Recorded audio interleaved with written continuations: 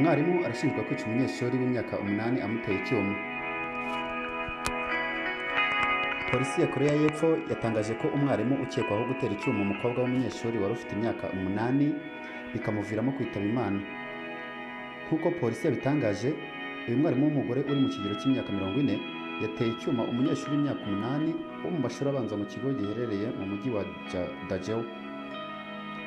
Kuwa mbere w'iki cyumweru nibwo basanze uyu munyeshuri afite ibikomere byamugize intere ku igorofa rya kabiri ry'inyubako y'ishuri, ndetse n'uyu mwarimu wamuteye icyuma yari iruhande rwe nawe yakomeretse.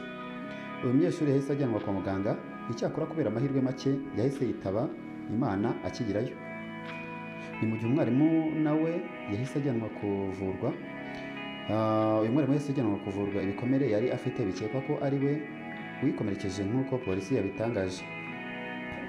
Perezida w'agateganyo wa Koreya y'Epfo Choi Sang-mok yategetse ko hakorwa iperereza kuri iki kibazo, anasaba abayobozi gushyira mu bikorwa ingamba zikenewe kugira ngo ibintu nk'ibi bitazongera ukundi.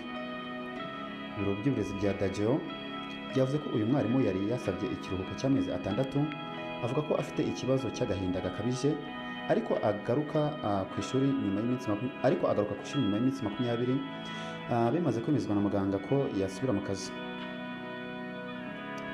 Banatangaje kandi ko mbere yo gutera icyuma uwo munyeshuri, uyu mwarimu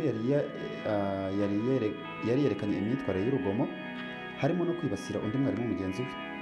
Polisi yavuze kandi ko yatangiye iperereza ryimbitse kandi ko uyu mwarimu namara gukira azahatwa ibibazo ku byo yakoze. Yasezeranyijwe ko azabiryozwa. Ku ruhande rw'abaturiye iri shuri, baje gushyira indabo imbere y'iri shuri ryafunzwe kwa kabiri mu rwego rwo kwifatanya n'umuryango w'uyu mwana wapfuye.